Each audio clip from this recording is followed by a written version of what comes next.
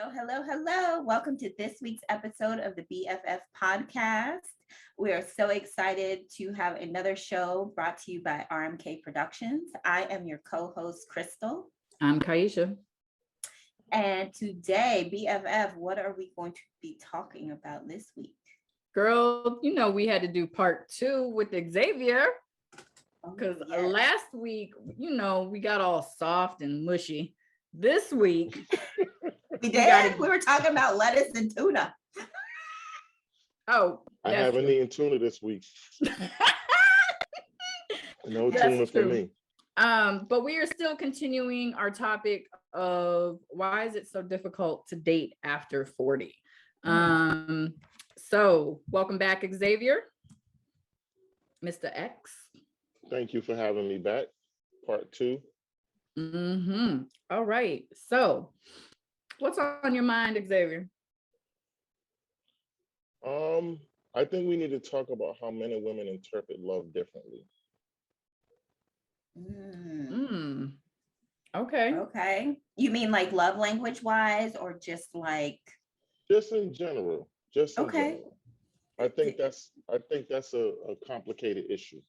Okay, let's talk about it. I'm so interested in hearing this from a man's perspective. Can I first say? Uh-oh. Not like we can tell you no. No, it's my show. So listen, she knows there's about to be a problem. So I used to, back in the day, say to people, my mama told me not to use 4-letter words, and love is a 4-letter word. So I had to grow out of that. And so I would not say I love you to a lot of people and would not use that word loosely. So when we're talking about love languages, are we talking about stuff like that? Like saying I love you? It's all inclusive. All inclusive. Okay. It's all inclusive. Like today's bathrooms in the mall. Okay. Well, can I just say something real quick before Mr. X has the floor? But your mom telling you that, or your grandmother or whoever, that was their stuff. No, I don't mean it like that. You know how like we're told not to cuss. No, you can't. You can't cuss.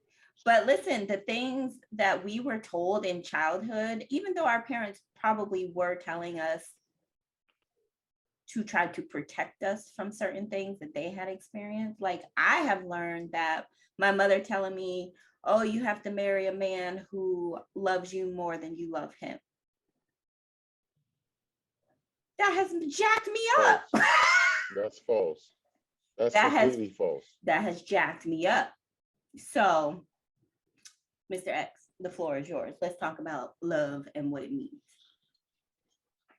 I think we look at love differently. If you come home every day to a home-cooked meal, in a man's mind, he's showing you he loves you. Wait, he cooked wait. I was just about to say, wait a minute. Yeah. Did the man cook the meal? Yeah.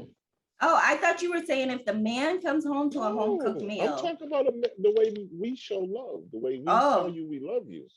It's not always words. Like, we don't have the greatest time expressing it and saying, oh, I love you, but we do certain actions to show you we love you. And y'all, I think sometimes you all misconstrue that. And cooking would be one of them. Cooking, you know, if I take your car Sunday and gas it up for the week for you, that's just little stuff like that. Listen, I'm making a list. I am too, girl. I got my pen. I got my pen. I'm taking notes. Food, and we got gas in the car. Full tank or just gas in general? Full tank. Full tank. That's what I'm saying. You know how expensive gas is. I was gonna say, because at $3.09 a tank, honey. Listen, $3.09 a gallon. That's expensive. A couple of weeks ago, I'm at the gas station, and I think I was in Phoenix. Just pulled into Phoenix with my brother, and I saw a young lady get out the car, put her card in the tank, and pump the gas. And he was while her sitting in the man sat passenger there. seat. Correct. Mm. So I walked up to her and I said, you know you need a new man, right? Why is that? I said, because I'm standing here talking to you and your man's not paying attention. She didn't even know. Right. But she didn't get it because she's used to pumping her gas while her man's in the car.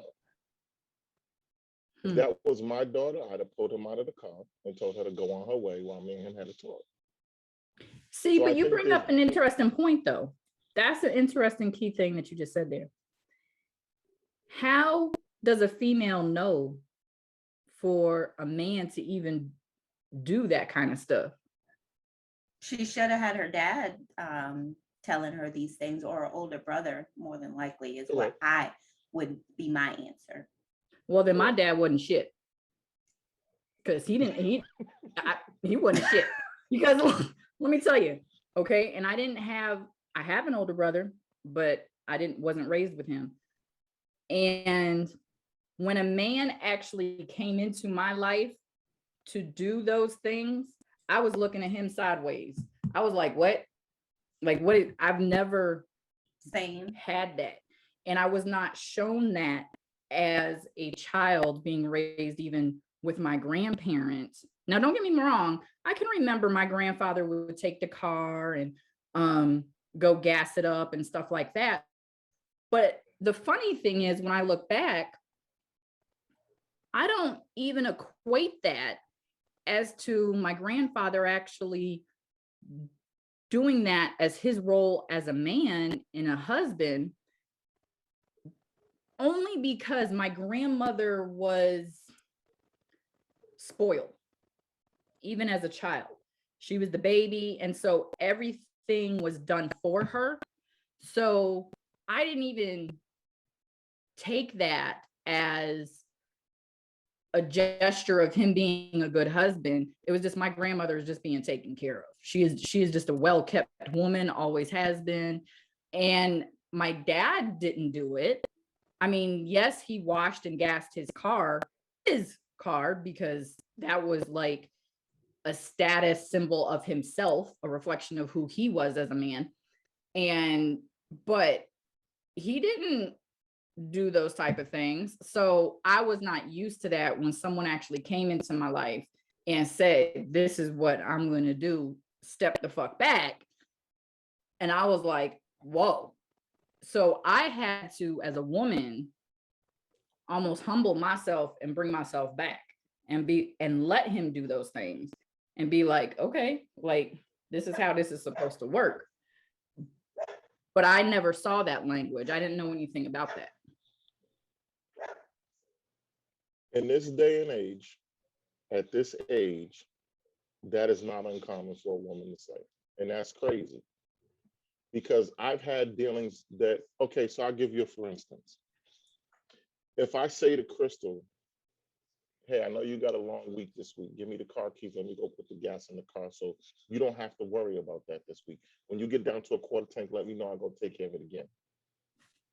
Yes. 9 out of 10 women are going to look at you like, what are you talking about? Listen, baby, bring back some lettuce when you come home, okay? No tuna. No tuna, but tuna. You stop at Food Line on your way back and you'll make it happen.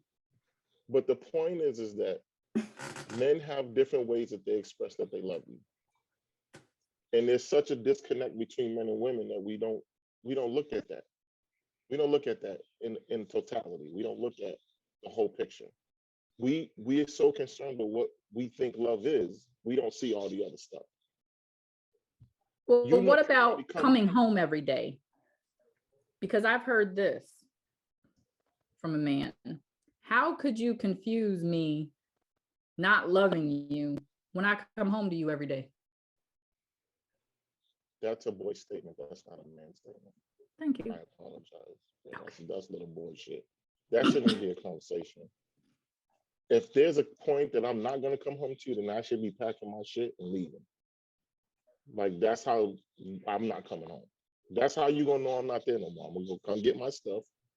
Yeah, anyway. What I'm saying is this, right? my grandparents, before my grandfather died, I think they were married 70 years, 60, 70 years.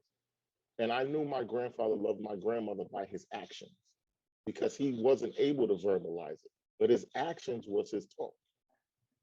That's what I'm telling you about the gas in the car. I never seen my grandmother take her car for an oil change. I never seen my grandmother take the trash out. I never seen my grandmother deal with anything concerning the household.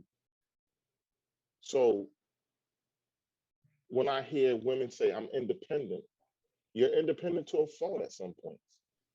Mm-hmm. Like you said, Kyeesha, it's hard to accept certain things because in your mind, I don't know, to me, some women's mind, that makes them weak, but that's not what it's supposed to be. Mm-hmm. Right? You all Yep. have to realize a man can only do what you allow him to do. You have to be willing to accept that. And I'm not saying every man is like that, because that's not the case. But when you do get that man, you accept that, and you can see where that goes. Not that every man is like that, but that's how a man should be. That's how you'll know a man loves you. He shouldn't have to tell you every day. He should show you every day.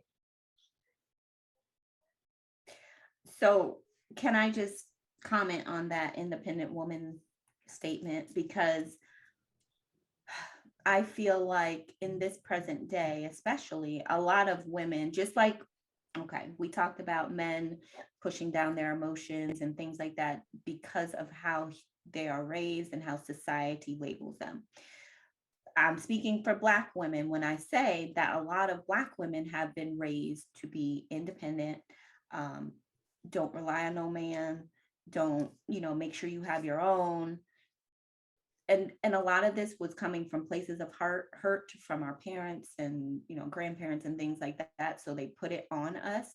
So when I say, well, I take out my own trash and I gas up my own car and I do my own oil changes because I have to, because nobody is doing it for me. When I do get a man, you're conditioned to. Well, I'm single, so if I don't take the trash out, it's gonna pile up. You know what I'm saying? But I get that part, Crystal. But when I was married, so when I was married, and I would make these comments to my husband at the time about, well, take the trash out, or can you clean my car off? We just had a snowstorm. Can you clean the cars off? Because that's what my dad would have gone and done.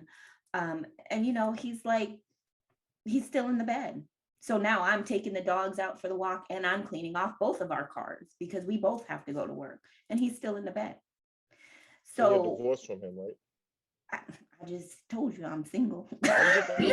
Yes, we are. That divorced. Would be why we are divorced. One of the that's not solely, but yeah, so stuff like that. So at that point, yeah, it's like, well, I can be bad, but I can do bad by myself. I don't need this and the bills on top of everything. So when I ask you were you conditioned to it, the reason I'm asking you that is because men are conditioned to that. What do you mean men are conditioned to what? When I say men are conditioned to you being independent, we've heard that since our mothers. So after our grandmother's generation became the independent woman generation, right? Our mothers, our aunts, don't depend on no man. Mm-hmm. True. Well, who are you going to depend on? As a woman, who are you going to depend on? Because we want to feel wanted and needed, just like you do. Mm-hmm. Right? When you say, Crystal, I'm an independent woman, you know what I hear? You don't need a man. Mm-hmm.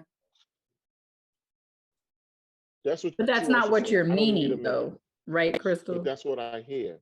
No, that's not. Go ahead. That's because that's what the condition has been. Mm-hmm. If she's independent, she doesn't need a man because she could pay her own bills. She could do her own oil changes, clean her own car off. You don't need a man. I don't want to do those things. That's not what I'm saying. I'm telling you what the condition is. No, I know. Independence to a man means you don't need them. So what should the independent ladies in the style in place say when they know that they do want a relationship, they do want a man, they are in a healthy headspace, but for so long they've had to do these things. What do we say? What do we say to these men so that they hear, I need you, I want you? I need you, I want you. I can't put that on my dating profile. What about if we use self-sufficient? What does that translate as? This is the whole thing. I like that better. Here's the whole thing, right? Most people don't talk about the rules of the relationship. Most people don't put the groundwork down. That's true. A lot of things in relationships are assumed. They're just assumed. So if you don't set it from the beginning and say, you know what, Xavier, from this time that we're together, I'd like to handle A, B, C, and D. If you could handle the rest, that works for me. And then I could come back and say, Kyeesha, I don't want to handle B. Let me handle that, and you handle. Like there's never a discussion about that, right? And most men. That's correct. Is that right? We don't have discussions about that, and most men, honestly, don't know. Yeah. If you were raised by your grandmother, she did everything to compensate for your mother not being there. She did everything for you. But she didn't raise you to be somebody's husband, right? She was too busy making up for what your mom didn't do, and vice versa. It's all the way around the board. So at this age, we have to do better at laying out the groundwork. This is what it is, and this is what I need it to be. Well, and like you said last episode, everything has to be within reason. Okay. I'll give you, for instance, I've gone many years laying out the groundwork, and some people didn't believe it. Some people did. But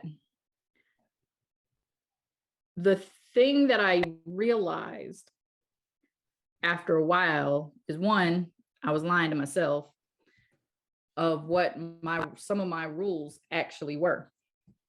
And that was having to do with what I was protecting within myself and what I was trying to prevent from happening. So, one, people have to understand sometimes the rules change, but there should be some sort of communication.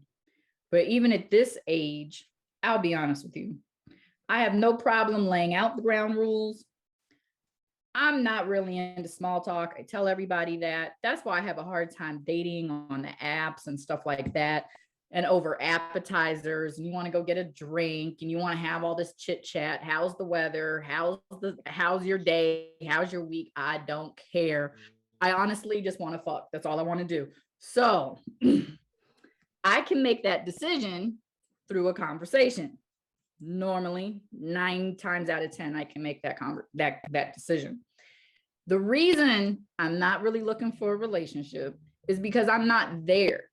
I don't want to really be involved in someone else's day or life and hardships and stuff like that. So I have a very hard time after 2 divorces getting into a long-term relationship.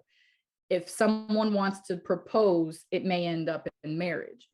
I'm going to tell you up front, I'm not trying to go there. I'm not trying to do it. Don't try to change my mind. Just like I'm not a pet person. Crystal knows this. I love her pups. And Xavier, you have a dog too. I know everybody's got dogs, but those are my ground rules. And if you aren't on board with them, if we were getting into a relationship, because those are only for people I'm trying to get into a relationship with. But if I'm not trying to get into a relationship with you, I just need you to be semi-intelligent, good looking, and not have a horse dick. That's it. Semi-intelligent. Got 2 out of 3. Gracious. Well, I say semi-intelligent, girlfriend, because you know that sometimes they can't carry on a conversation. But you just said you don't want to have a conversation with them. You just want the. That's true. I got That's why I said comment on one thing. semi-intelligent. I Okay, got to comment on one thing. Yes. Just one thing before you go, Crystal. I'm sorry. No, go ahead. So the rules, right? Mm-hmm. My problem with the rules is when you was dating Tyrone, who had to ride a bike to your house, you didn't have no rules.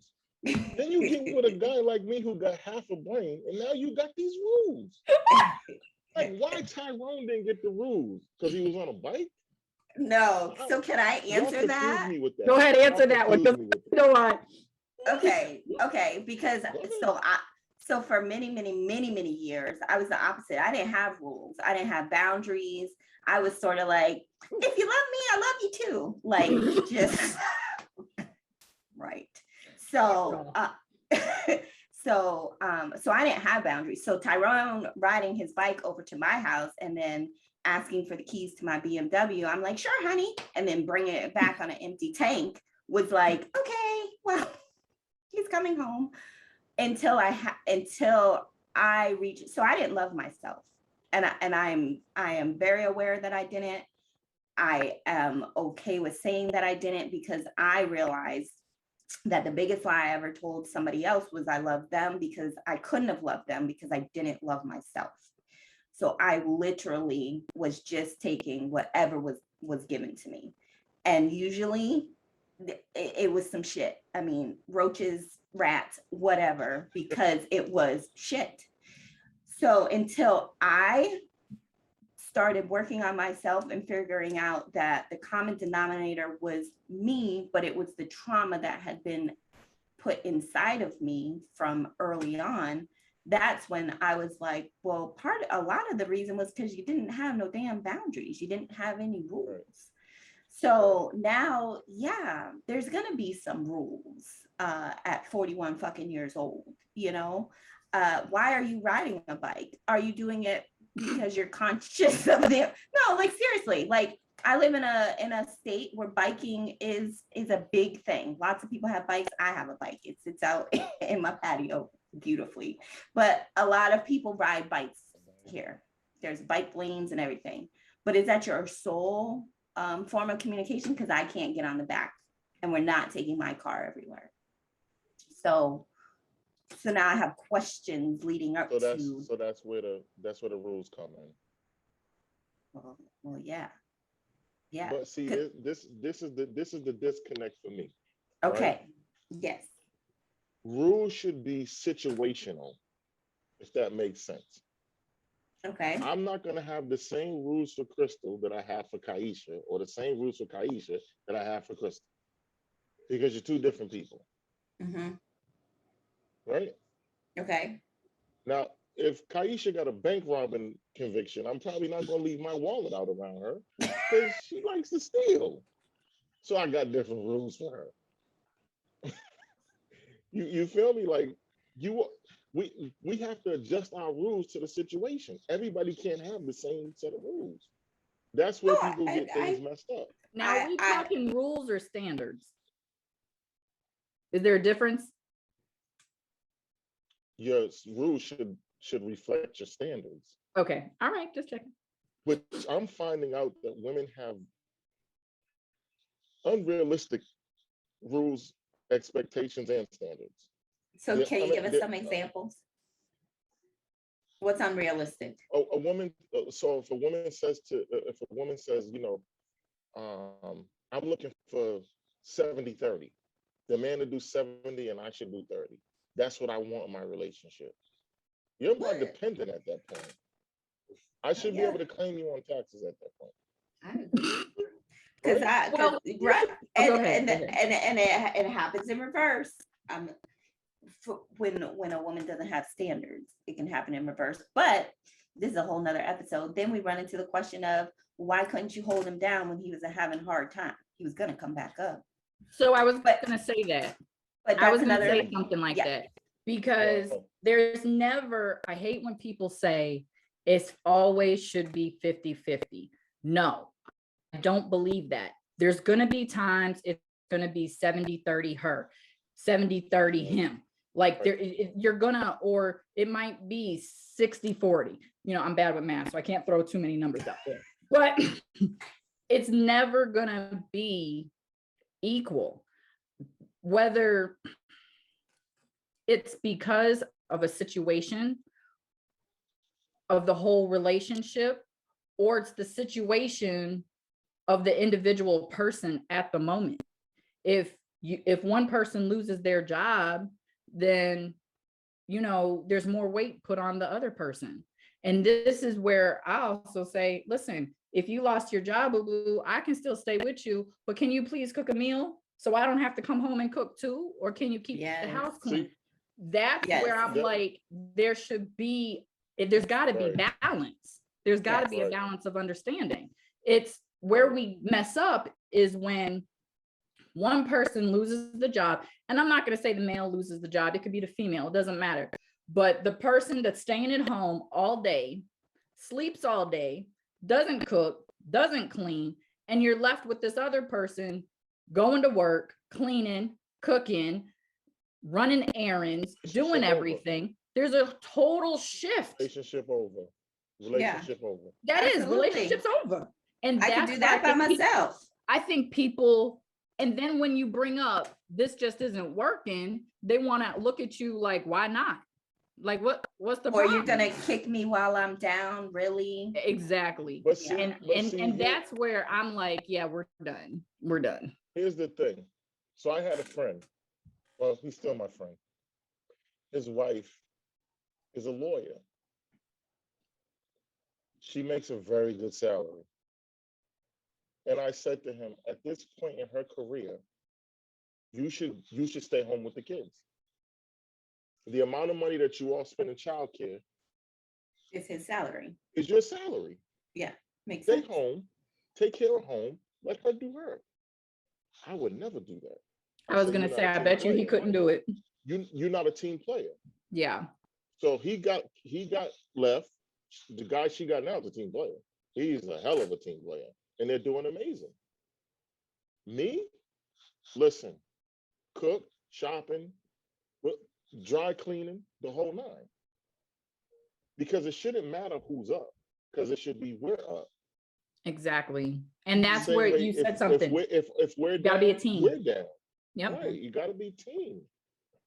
But y'all keep shopping at the low budget barrel, thinking y'all gonna turn them into a prince. And I don't know. Don't say y'all. I don't know. I don't know. Gotta be a team player. Gotta be a team player. I agree with that. But the flip side to that is this. So because I know you all, I made a statement to you guys a couple of weeks ago. I said, in my opinion, for a man to approach either one of you, he would have to have his shit together. And that was a compliment because you both are smart and beautiful, extremely, extremely intelligent. And it can be intimidating to a man. Seriously, because a fool's gonna look at you like a meal ticket, and a man's gonna know he gotta have his shit together. So it's a catch-22. And you gotta find somebody that's willing to let you be you. And that's hard for a man. Like, and not be intimidated. And not be intimidated. That's the huge issue that I know we have run into, is that men, I've been told straight to my face, you're intimidating, and ain't no way. So, but that's his stuff. That's his insecurity. And I agree. Yeah. I agree. But I've heard that so many times over the years that, and asking the follow-up questions, that I'll admit I've had to learn how to soften myself a little bit, to not come off that way, because that can also push good men away. It really can. And so, and I say soften, I'm not dumbing myself down. I'm not changing myself. I've had to learn how to soften that exterior shell for myself, because let's be honest, even though I say my dad was a piece of shit, but I was raised by my father and my grandparents, and my father was my role model, so to speak, of relationships, which was a bad example because he had multiple wives and girlfriends and stuff like that. And that's why I probably have the outlook of sex that I do in relationships. But and he was military. So, you know, I even bought him a mug for his birthday one day that said, "Thanks, Dad, for raising me like a boy." You know, like, because I have like that like man mentality sometimes. And I've been told, you got to soften that up. Like, you got to soften that up. And so it's worked out when I have, you know, because I know that that's my own shit and that's my own stuff. And I know where that comes from. So it's not like I was doing it to change myself, but I also had to realize what my stuff was projecting to other people.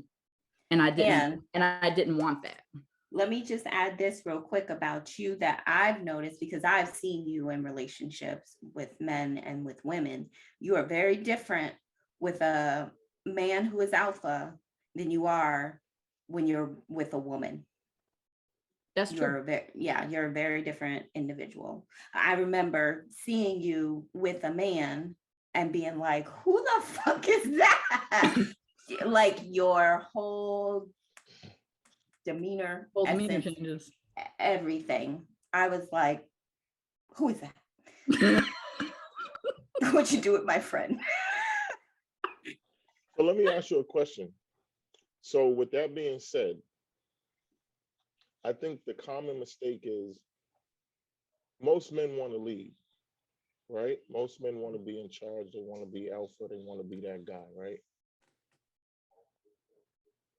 But do women ever look at how they're leading themselves, meaning the man? Because if a man can't properly lead himself, he can't properly lead you. Yeah. We're going to pause there. We're going to pause because we are out of time for this week. But we're going to pick up next week with that same question. And because I know Crystal has a comeback for that. So thank you for joining us on this week's episode of BFF RMK Productions. And I am your co-host, Kyeesha. And I'm Crystal. And we will see you next week.